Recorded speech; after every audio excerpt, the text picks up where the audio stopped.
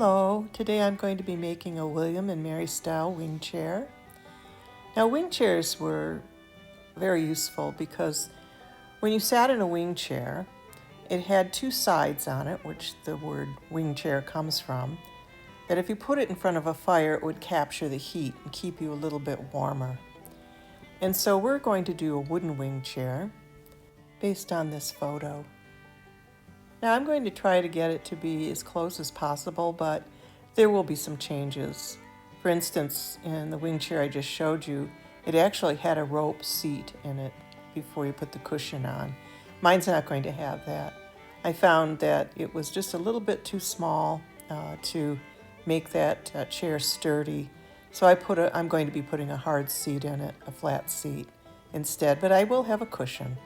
Not quite as fancy as the one that you see, but then I don't want to put too many fancy things in this log home that I'm making because the people are not wealthy people. They're middle class, let's say.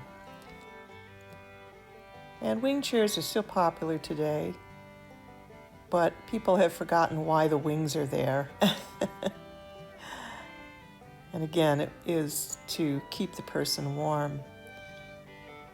Although I'm not so sure how warm you would be with this style of chair because it has open arms on the sides, and that would allow for some draft.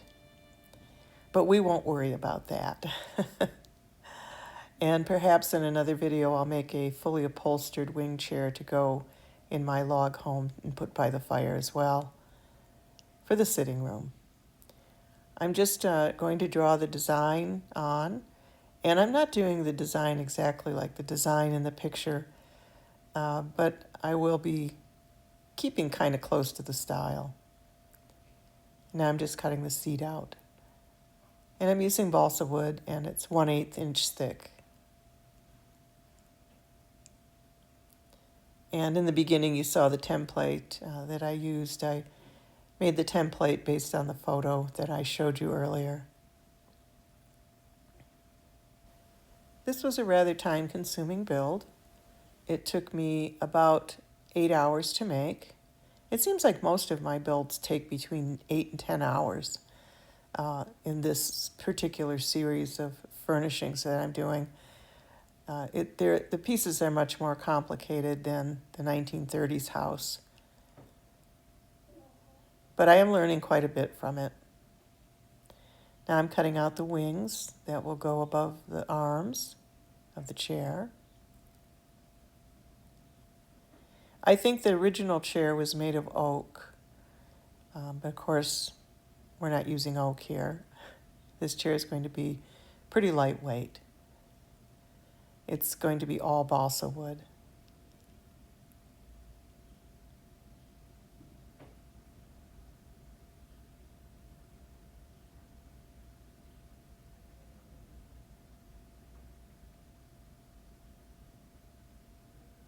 And again, I've said this in the other videos, William and Mary furnishings were basically the very end of the 17th century and the first 30 years of the 18th century.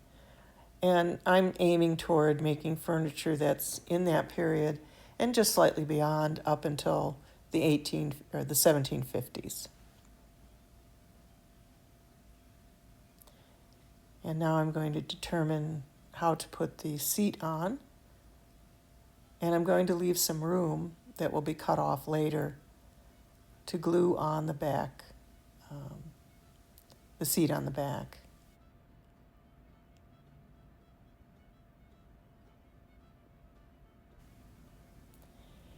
Now the chair back has to be angled backwards a little bit. So what I have to do is the seat, that portion I'm carving, has to be angled, and then it'll fit on the back, allowing the back to go back slightly. And I'll just give it a quick sand, and then I'll glue it on. Sorry, I have a very scratchy throat today. Again, allergies. Okay, and then this will be glued on with some wood glue. Now it seems like this would be a bit delicate, but in reality it won't be. The wood glue will fuse it together pretty substantially. It's just a matter of getting it in place and putting it at the proper angle. And I'm going to do that with pins. Of course, it fell apart right there, but we'll just put it back. And I'll put some pins in and then I will angle it. Make sure that it's glued properly.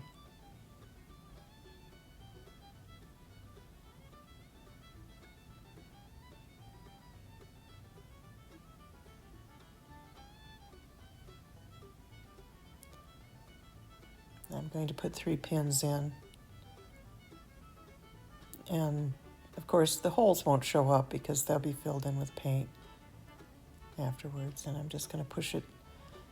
Now I'm sanding the wings a little bit and preparing those ahead of time. And I'm using 600 grit paper, sandpaper.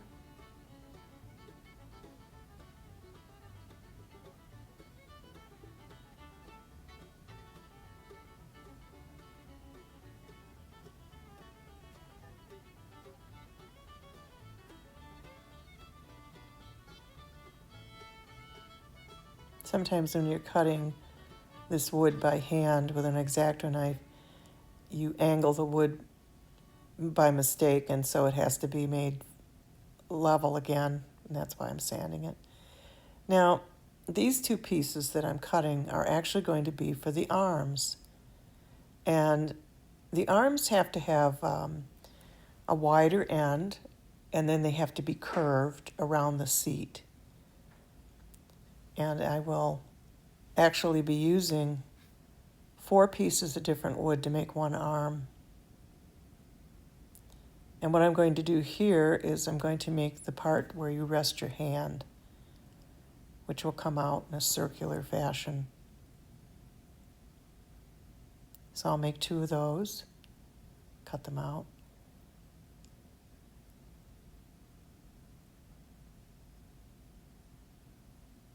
And this is 1/4 inch thick balsa wood that I'm using.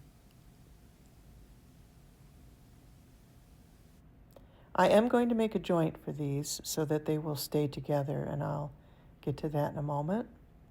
I'm just going to make somewhat of a rounded end, and I will finish rounding it off later instead of doing it right now. I'm just getting a basic shape here.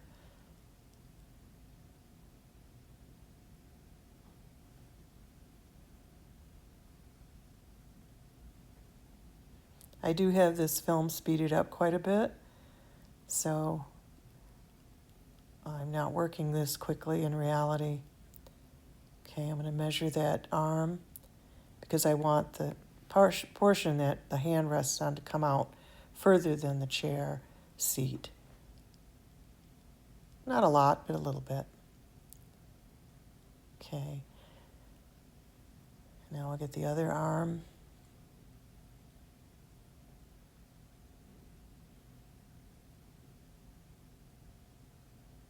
Just going to line these up together. Eyeball it. And now what I'm going to do is I'm cutting this into a point because I'm going to make a joint.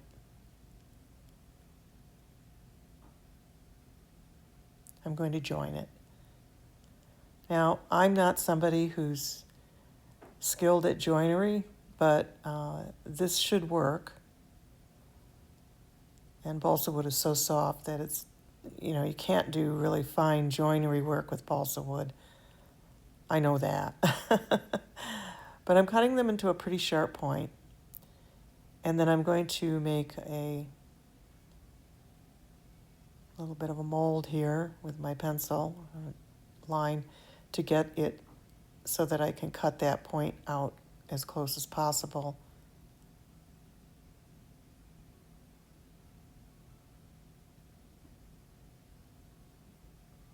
And it'll fit in, and I'll glue it. Just need to cut a little bit more off there. And I'll glue that with wood glue, and I'll do it on both arms.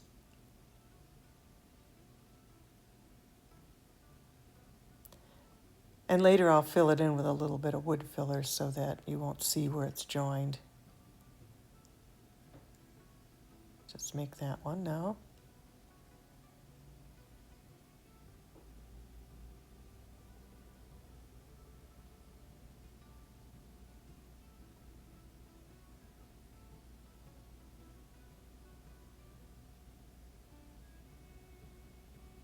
I'm trying to stay within the lines that I measured, so that's why it's a little bit difficult to see, I know, because it's quite small. Okay, now we're going to put some wood glue, a nice generous amount, and fit it right in. And let that dry, and do the other one.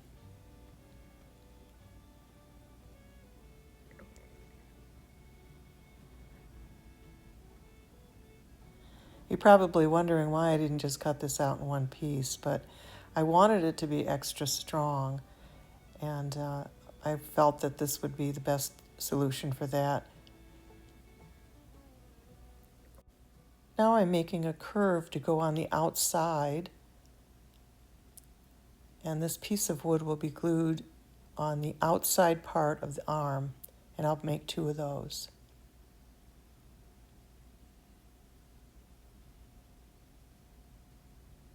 So again, there's going to be a total of 4 pieces of wood for, oh no, that's 3 pieces. 3 pieces of wood for each arm. I don't know why I thought it was 4. And I'm just, this is some scrap wood that was left over, so I'm going to cut another one. Try to make it the same size.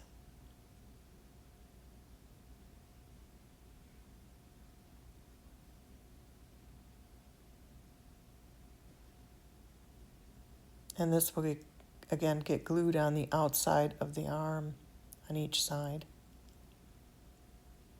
And as I go along here, you'll see why I'm doing that.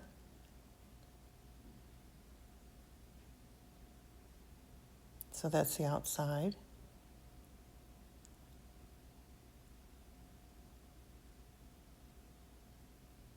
And that's the outside of the other arm. And I'll give that some glue, and I'll let that harden, and then I'll go to the next step.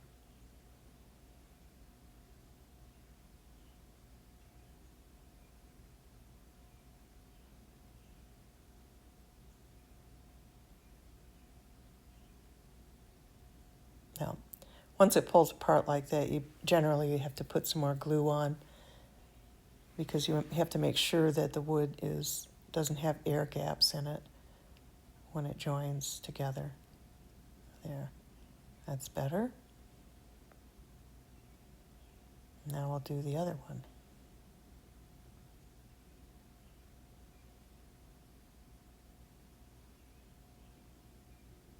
It looks a little rough right now, but this is all going to be sanded after wood filler is put in to make it look like a single piece of wood that's been carved out of a board. Okay. I'm just going to, you can see where it's starting to go, but it does need to cure. Now I'm going to work on the angled back legs. So the back of the seat is angled back, and so are the back legs for stability.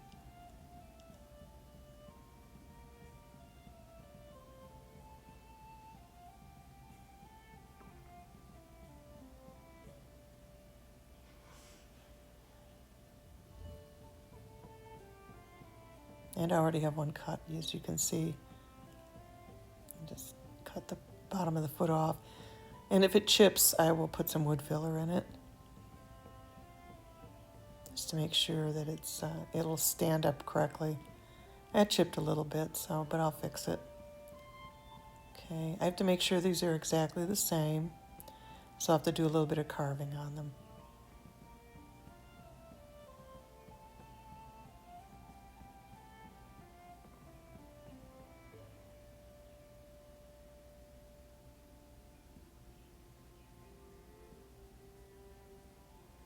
Normally I would never carve toward myself, but I was being very, very careful, going very slowly. I don't recommend that people do that. It's very easy to slip and cut yourself unless you know how to use a lot of control.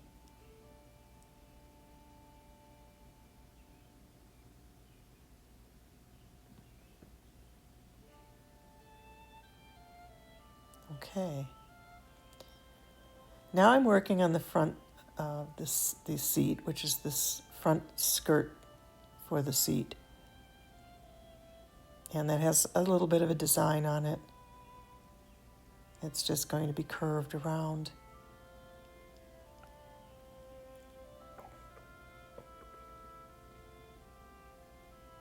I was going to just carve that out and I changed my mind.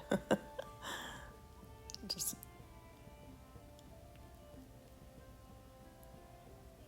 take it a little easier this way.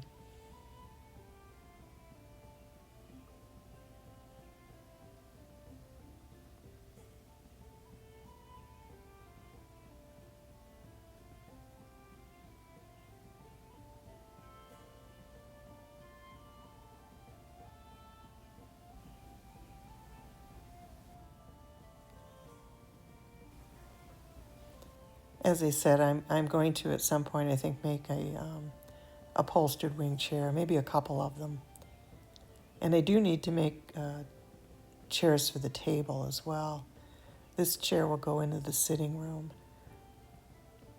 And I'm going to actually try to attempt Windsor chairs for the dining room table, which ought to be a lot of fun.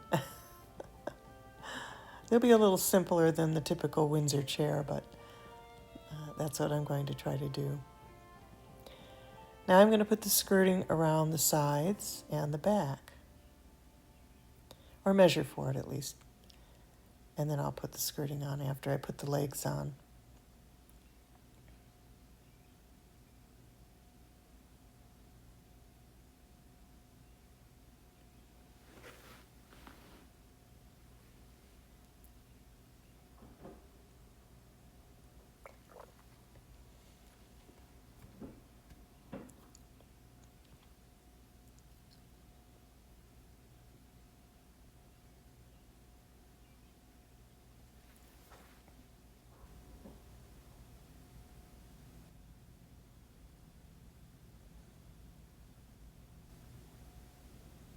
Okay. See, that looks about right. It needs a little bit cut off of it on the bottom and also on the edge, but there's time to do that. You can see where I need to cut it.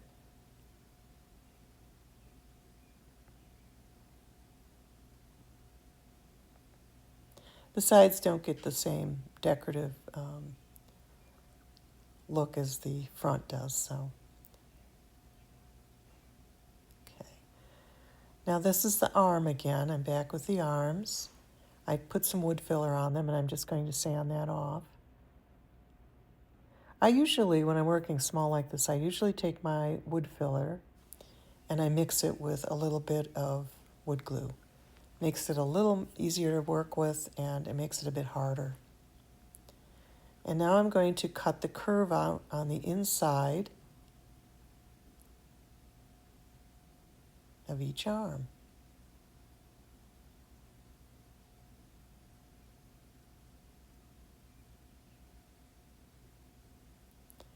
And you have to do a little bit of hand whittling on this.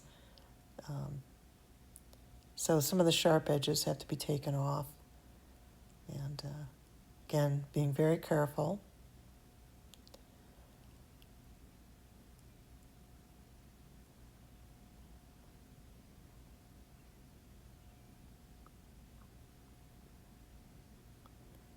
So I'll just carve this to a certain point, and then the rest of it will be sanded. But I do want it to have that handmade look, so carving the edges is pretty important for this.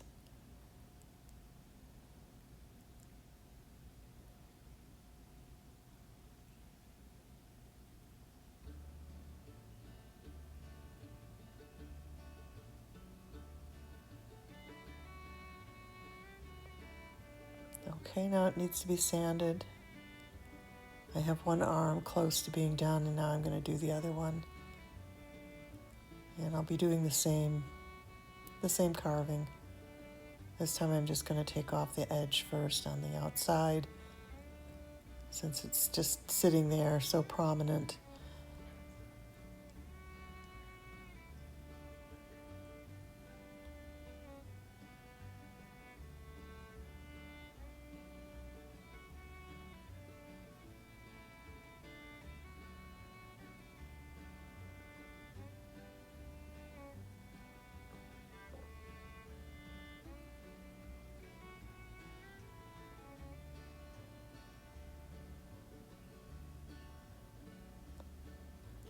I'll just carve that edge out. I have to hold them up together to make sure I get them the same.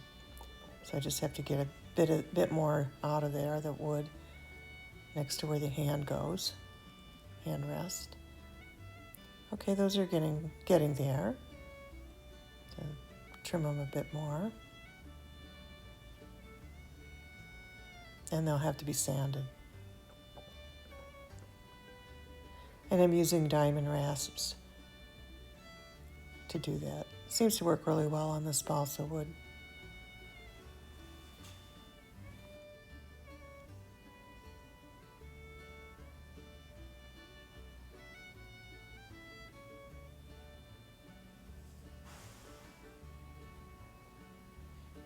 If you hear some noises in the background, it's my dog.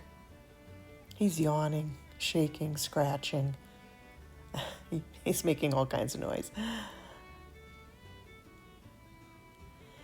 Now, I made a cushion, and I took an old shirt that I had of my husband's and cut out some of the fabric and just made a basic cushion.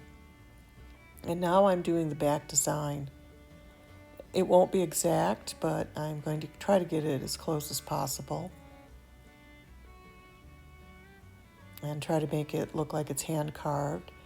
I'm pushing pretty hard on this pen and going around so that the wood is pushed in. And I'm looking at the design on the back of the chair and just, it's off to the side, you can't see it. But it's not going to be exact. I'm just going to get it as close as I'm able to do it. I put a light sketch in first, and I'm just going around that sketch with this ballpoint pen.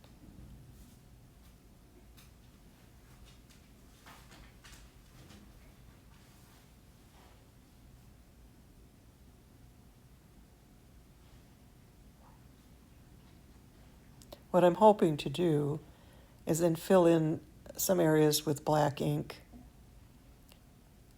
and it should be pushed in enough when I do that so that when I come to the last part, it will look like it has relief to it.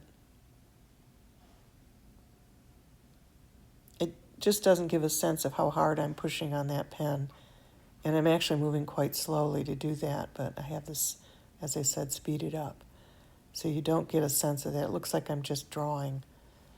I'm actually pushing really hard.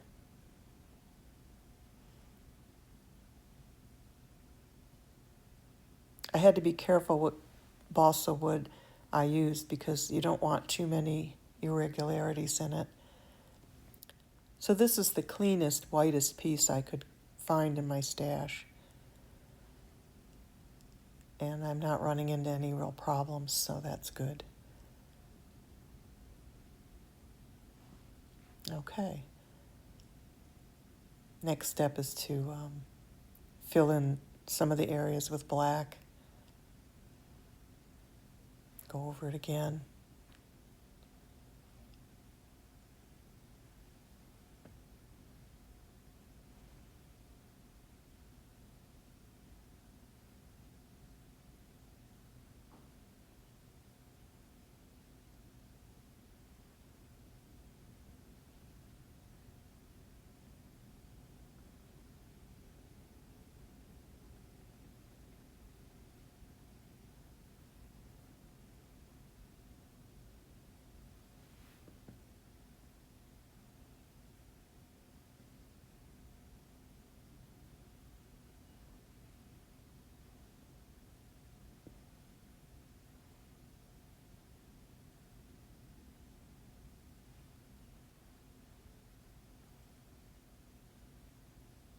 I've pushed the ink pen very hard into those blackened areas to make them recede.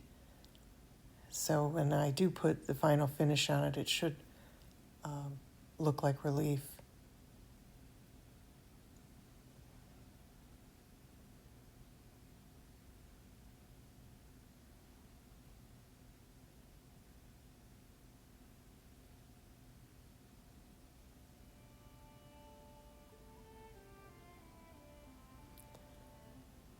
Okay, now I'm going to put the front legs on after I do a little carving on them. Because like the pencil post bed I made, they come to a tapered end near the floor, somewhat tapered. They're not just blocks. So I'm going to give it a little sand on the edges because I put some wood filler on the bottom. Sometimes when you cut balsa wood, it compresses and then chips the sides off. So in order to compensate for that damage, I put wood glue and filler on the ends. And I'm just going to carve them to, not to a point, but just to a little bit, just so it gradually tapers to the ends.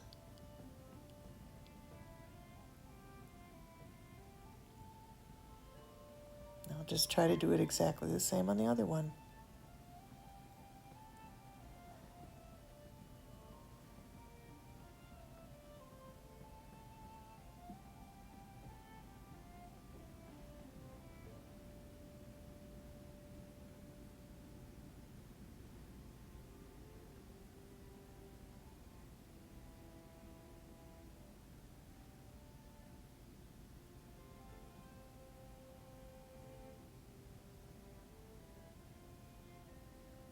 Okay. Now I'm just going to measure where the leg comes up, meets the arm, and do it exactly the same on the other side.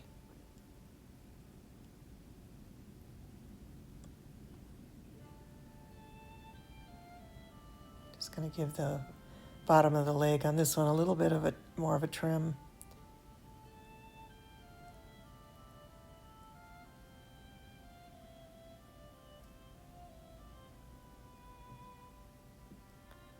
Just give it a quick sanding.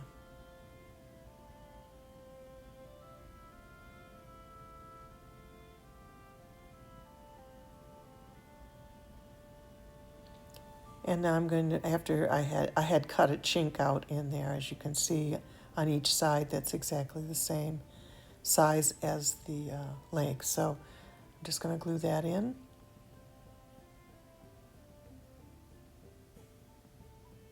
And stick a pin in it. And I'll straighten it out after the pin is in. Just want to make sure I get it in there. And make sure that when I get both legs in, I'll straighten them out so they look the same.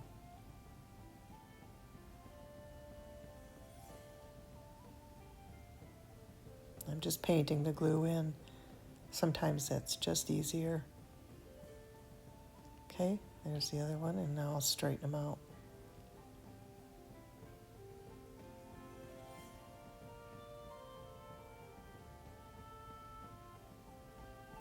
And I'll let that wood glue cure.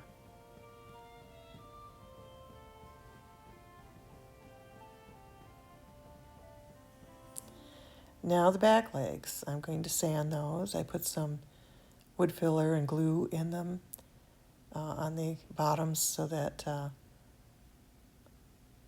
they would stand correctly, and get rid of some of the chipped wood. I'm going to carve these down a bit too at the ends that meet the floor. And these will also be angled, cut angled, so that they lay flush on the floor. And these go in there. I have to cut the back of the chair off below the seat, you can see, and I just did. I didn't include it in the video because all I did was cut it off. And now I got to figure out where to put these, and then I'm going to shorten the legs a bit. Make sure they're the right height compared to the front.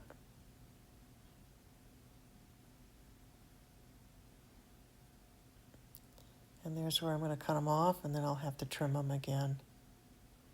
to make sure they're the right height, and they are.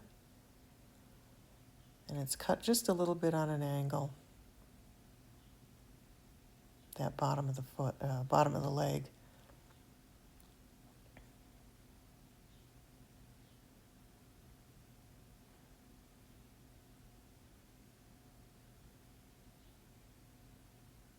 Just kind of double check it, make sure it's going the right way. And these are just angled out a little bit, but they're a little too fat, so I'm going to have to trim them down quite a bit so they match the front. And this one I'm just going to cut right off on the edge there. I measured it, and I'm going to do the same for the other one.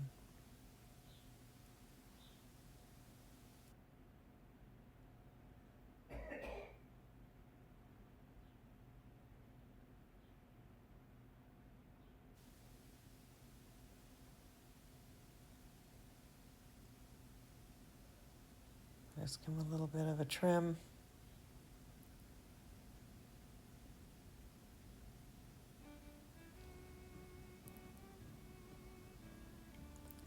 Now I'm going to sand this just a little bit.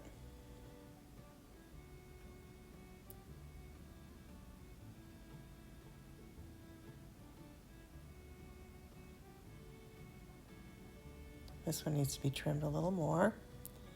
So I'm going to use the other one against it and trim off what needs to be taken off. And there it is.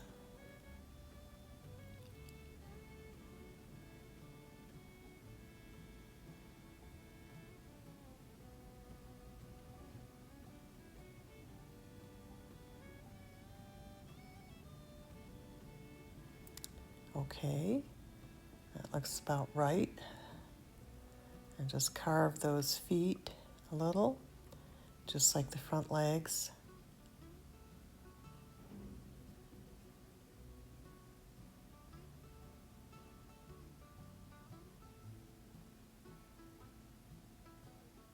And I'm going to glue them on.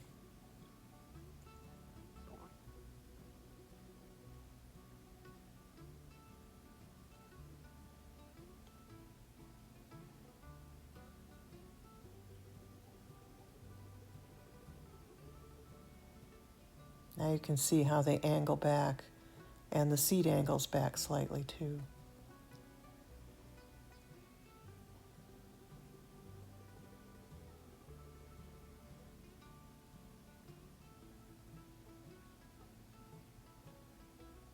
And they have to be straightened out. And once they're straightened out, I'll let them cure. Now I'm going back to the armrests, and I'm going to take these little rasps and get in there and make the curve of the front where the hand rests and take off all the excess wood. And I sanded them, and now I'm going to put them on. And you see how it curves on the inside? But first I'm going to get the skirting on. So it has skirting all the way around. And I'm just going to pop that in there first. The front piece, it has a little bit of decoration. Okay, now I'm going to work on the cushion again. These needles are from the 1940s, and they're all there. And it's just bent at a couple of corners, but it looks like nobody ever used it.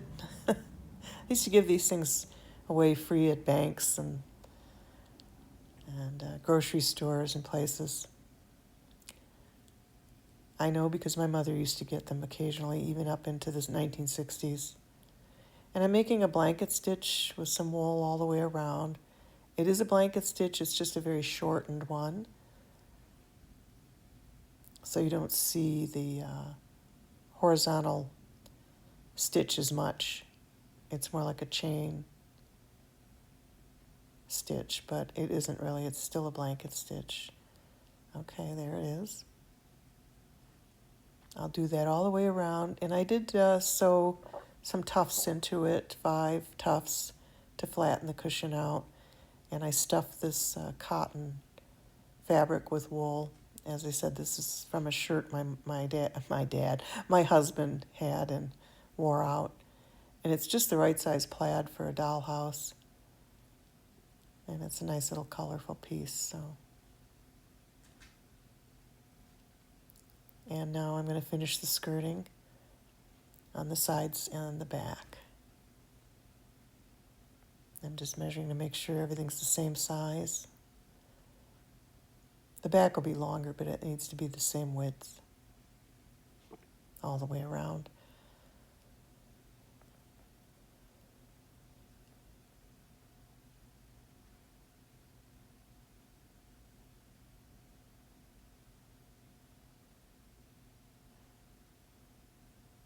There. Glue that in and just take off any excess glue, and I'll put the sides on.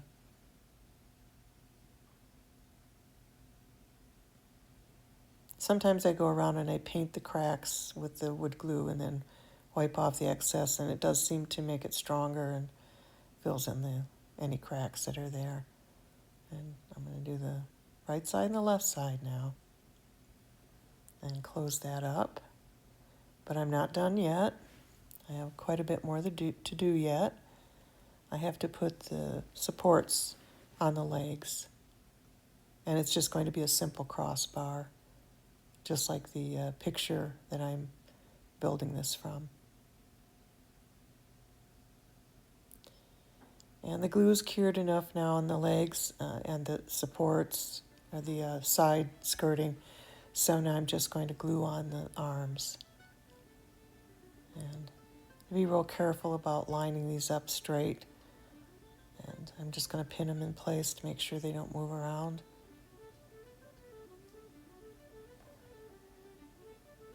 And I'll take off any excess glue.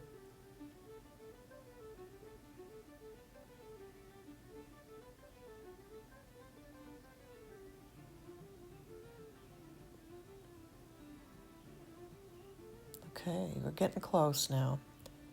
Just have to do the supports on the legs after I get this pinned in.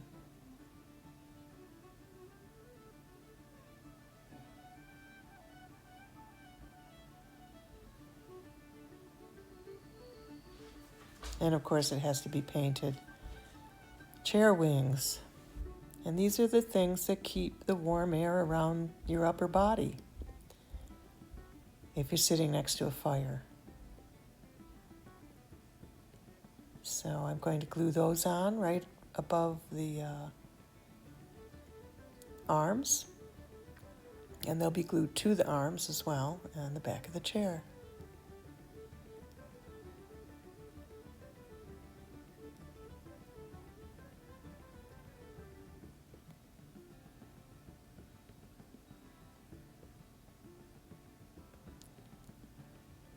I've said this before.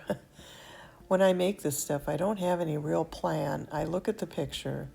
I try to make templates to cut things out, but I do always end up adjusting things afterwards because I just start building it and then I go from there. It just is the way I work. I know a lot of people can't work like that and probably shouldn't, but that's just how I do stuff. So I don't have plans to offer you for this. But if you look at what I do, you could, if you wanted to build something like this, I'm sure you could. I'm sure you could. If I can do it, you can do it.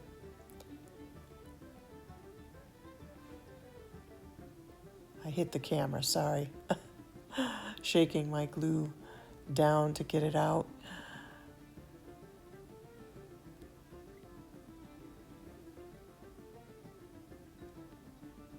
And I just have to wipe off that excess. And I'm going to pin these in place too. I find if I do that, everything gets nice and tight and sturdy. And there. Now we have to do the braces on the legs.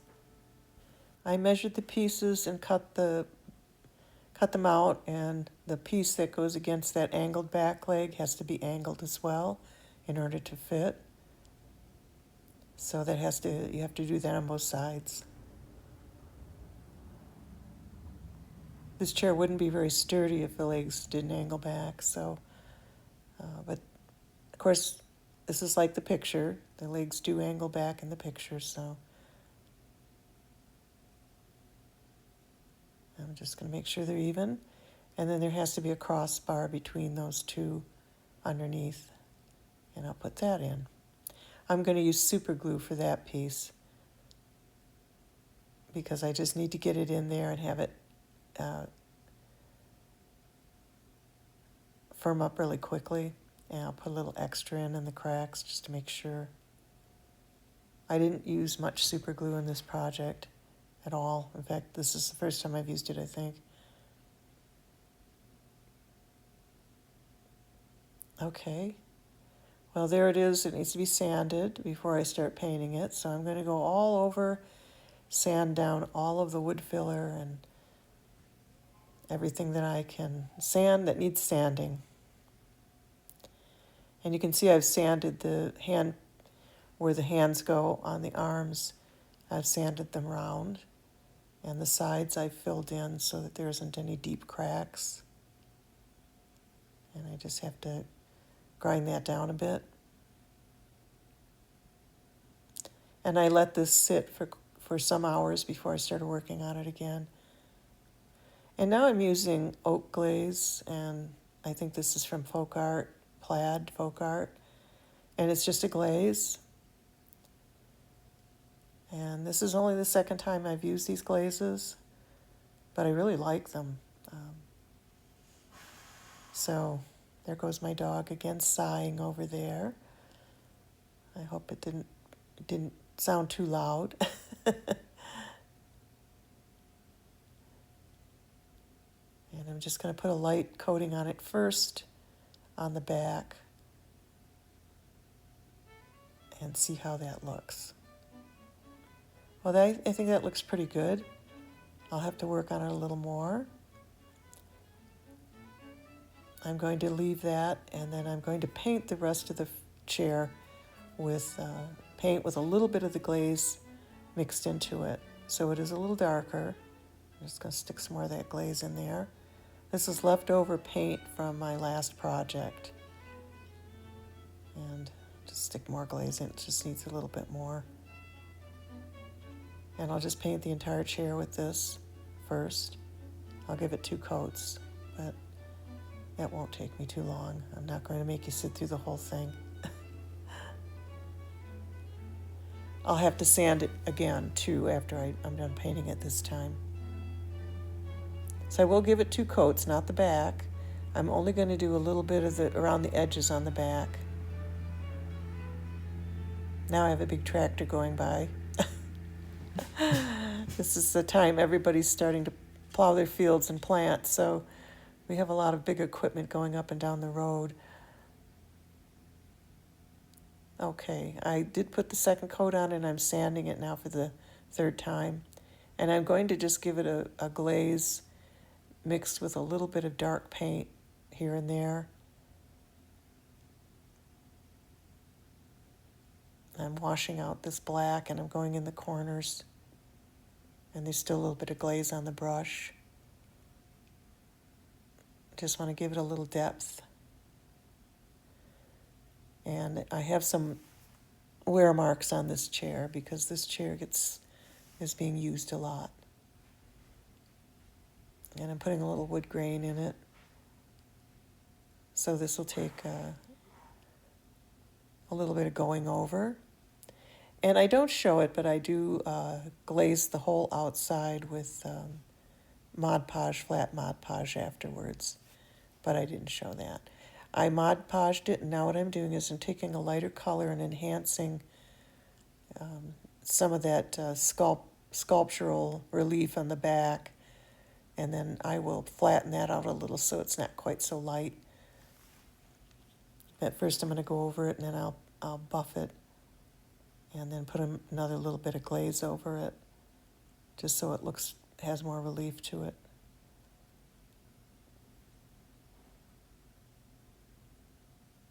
Don't want to get too much paint on my brush. And then I have to sand it again, just here and there. And I'm using 1500 grit paper for this. I'm not even waiting for it to dry. I'm just going around and putting it on here and there.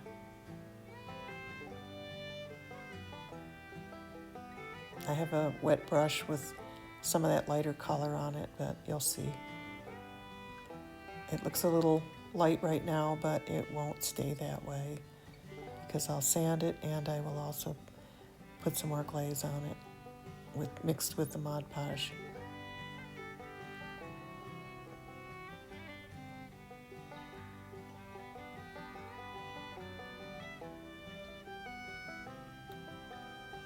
And again, it's 1500 grit paper. It's very fine sandpaper. Okay.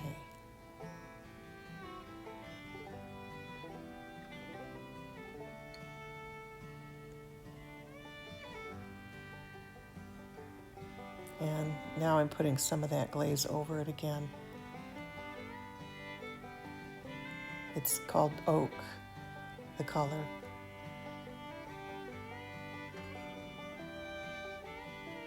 I'll leave a link for it in the bottom.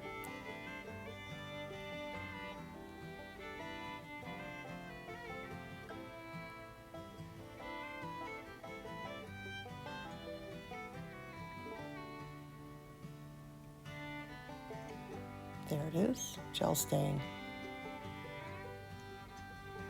Okay, it's finished. And I put the seat on. And I hope you like this. It did take a while to make. It was fun to make. I put my doll from the 1930s house on the seat so you could see that it was to scale. There's the side, and there's the front, and there it is next to a table. Well, thank you for watching. I hope you'll like and subscribe, and I will see you next week. Bye-bye.